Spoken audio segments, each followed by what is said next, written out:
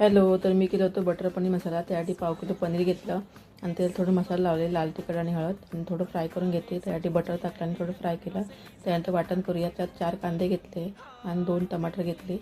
त्यानंतर आपलं पनीर आता भाजलं आहे ते काढून घेते आणि त्याच कढईमध्ये आता मी भाजून घेते कांद्याने. तर कापलेले कांदे घातले आणि आलं लसूण थोडी, सुकं खोबरं आणि 2 बेडगी मिरची टाकल्या, थोडेसे काजू टाकले 4-5 आणि टमाटर घालून आपण मऊसर होईपर्यंत भाजून घेऊया. त्यासाठी मी 5 मिनटं झाकण ठेवते, मग लवकर मऊ होईल. हे बघा मऊ झाले आहेत.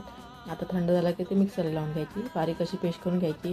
त्यानंतर मी फोडणीला घातलं. त्यासाठी 1 चम्मच तेल घेतलं आणि 1 चम्मच बटर घेतलं, थोडं जिरं घातलं आणि आपण वाटण केलं ते घालून घ्यायचं आणि 2 मिनटं भाजून घ्यायचं तेलामध्ये.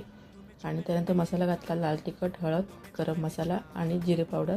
हे पण 2 मिनटं भाजून घ्यायची आणि नंतर ढाकण ठेवून 5 मिनटं असं मसाला भाजायला ठेवायचा. 5 मिनटं झालेली. त्यानंतर मी पनीर घातलं आणि थोडं घट्ट वाटलं म्हणून थोडंसं पाणी घालून घेते. तुम्ही किती पातळ पाहिजे त्याप्रमाणे तुम्ही घालू शकता. आणि 5 मिनटं ढाकून ठेवून शिजून घ्यायचं पनीर. अशा प्रकारे तयार झालं आहे. त्यानंतर कोथिंबीर घातली आणि थोडं मीठ घातलं नव्हतं त्यामुळे मीठ टाकलं.